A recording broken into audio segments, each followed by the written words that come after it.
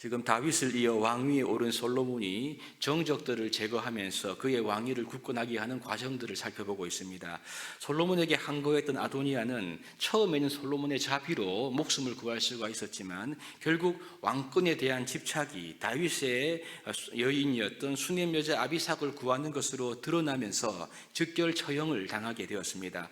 오늘 본문의 내용은 아도니아를 추종했던 제사장 아비아달 그리고 군사령관 요압을 귀양 보내고 처형하는 그런 내용을 함께 읽었습니다.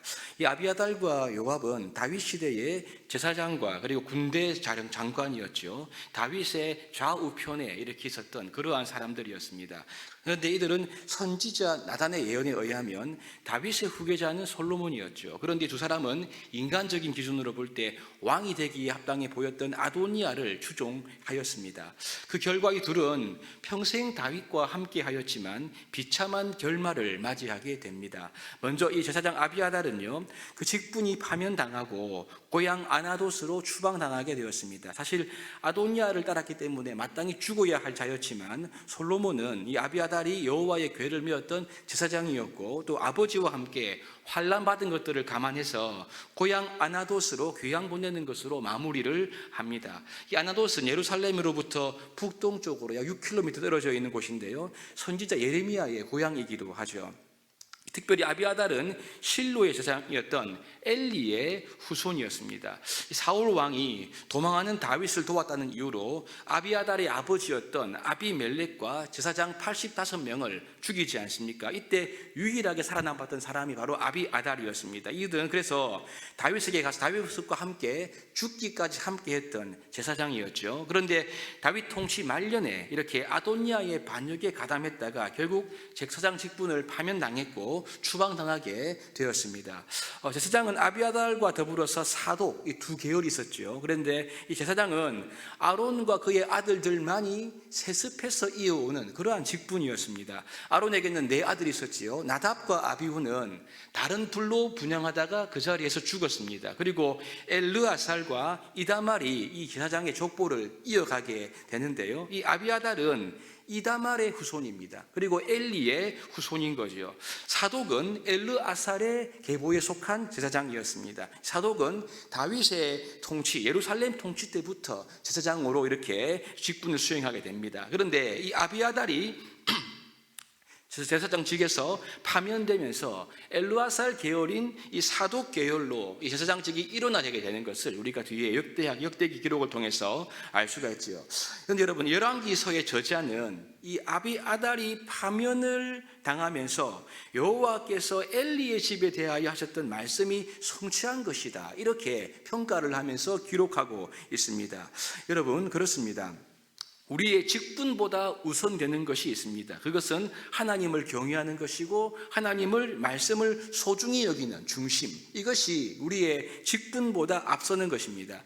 엘리가 제사장이었지만 그가 말씀을 버리자 그의 집안에 하나님의 선지자로부터 심판이 임하지 않습니까? 그 심판이 지금 이 오늘 아비아달에게, 말씀을 벗어나 버린 아비아달에게 임하고 있는 것을 보게 되고, 이것은 결국 하나님의 말씀이 응한 것이다, 이렇게 평가하고 있습니다. 제사장 직이 있다고 해서 그 직분이 모든 것을 커버하지 못하는 거죠. 아무리 직분이 있고 아무리 지위가 있다 한들 하나님을 떠나고 하나님의 말씀을 벗어나게 되면 그 마지막은 심판이라는 것을 이 아비아달의 파면을 통해서 우리가 깨달을 수가 있는 진리인 것입니다. 아비아달은 추방되지요. 그러나 요압은 처형당합니다. 요압은 사실 제어하기 어려운 신하 중에 하나였지만 그래도 다윗의 오래된 충신이었죠. 압살롬이 반역했을 때도 요압은 다윗 편에 굳게 서 있었습니다. 그러나 마지막에 아도니아 편에 가담하면서 화를 자초하게 되었습니다. 요압은 아도니아가 처형되고 또 아비아달이 파면되었다 소식을 듣게 되니까 이제 자기에게도 위기가 올 줄 알고 성막에 가서 제단 뿔을 잡아, 이전에 아도니아가 했던 것처럼 목숨을 살기 위해서 제단 뿔을 잡게 되지요. 죽지 않으려고 지금 이 성막을, 제단을 이용했던 것을 보게 됩니다.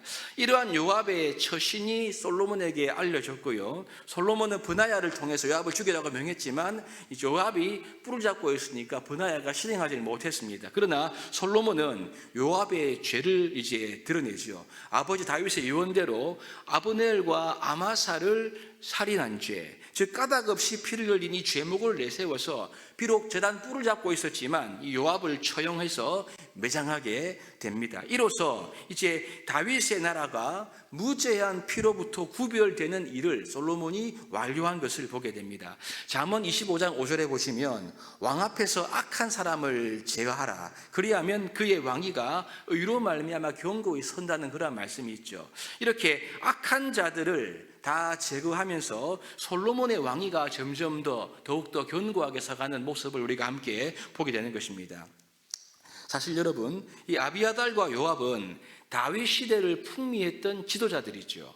다윗의 좌우편에 서서 다윗을 보좌하면서 평생을 헌신했던 사람들입니다. 그러나 그들의 말년이 지금 매우 비참하게 끝나고 있지 않습니까? 이들의 말년이 비참하게 끝났던 이유는 말씀에 근거한 다윗 왕권을 저버리고 현실적인 권력으로 보였던 아도니아를 따랐기 때문에 그랬습니다. 여러분, 당시 말씀을 가진 선지자가 누구였냐? 나단이었죠. 이 나단을 떠나서 말씀이 없는, 말씀이 부재한 아도니아를 따라갔던 것입니다. 지금 제사장으로 평생을 헌신했던 아비아달, 그리고 군대 장관으로 평생을 충성했던 요압, 이들의 결말은 오늘날 주를 위해 헌신하고 충성하는 주의 백성들에게 경고를 하고 있는 것입니다. 다윗이라는 특출한 지도자를, 사실 여러분 다른 것은 축복이지 않습니까? 그러나 다윗이라는 사람과 함께 했고 여러 가지 공적도 있었지만 어쩌면 이 아비아달과 요압에게는 영원하신 하나님의 말씀보다 현실적인 능력의 지도자, 신앙의 외적인 조건이 잘 갖추어진 것, 이것이 더 중요했을지도 모릅니다. 그러니 우리에게 거룩한 중심을 잡게 하는 하나님의 말씀이 결정적인 순간에 뒷전이 되고 만 거죠. 내가 말씀의 사람과 가까이 하는 것, 물론 좋은 겁니다. 그리고 신앙의 외적인 것이 잘 갖추어진 것도 도움이 됩니다. 좋은 음향시설, 좋은 여러 가지 커리큘럼, 이런 부분들이 좋을 수는 있겠지만 이 모든 것들이 그러나 하나님의 말씀을 대신할 수가 없는 거죠. 내가 직접 말씀과 대면해야 됩니다. 내가 직접 말씀 앞에 굴복해야 됩니다. 내가 직접 말씀의 인도를 받아가는 삶이 되어야 한다는 말씀인 거죠. 분위기에 떠밀려서 신앙생활하는 것이 아니라 말씀으로 우리를 인도하시는 하나님의 분명한 은혜를 따라가야 한다는 것을 오늘 본문이 우리에게 말씀해주고 있는 것입니다. 여기에서 조금씩 떠나기 시작하면 신앙적인 외적인 형식을 갖추었을지는 몰라도, 아무리 직분이 있다고 할지라도, 지위가 있다 할지라도 요압과 아비아달의 마지막이 우리의 마지막이 될 수 있다는 이 경고의 음성을 우리가 들어야 할 것입니다.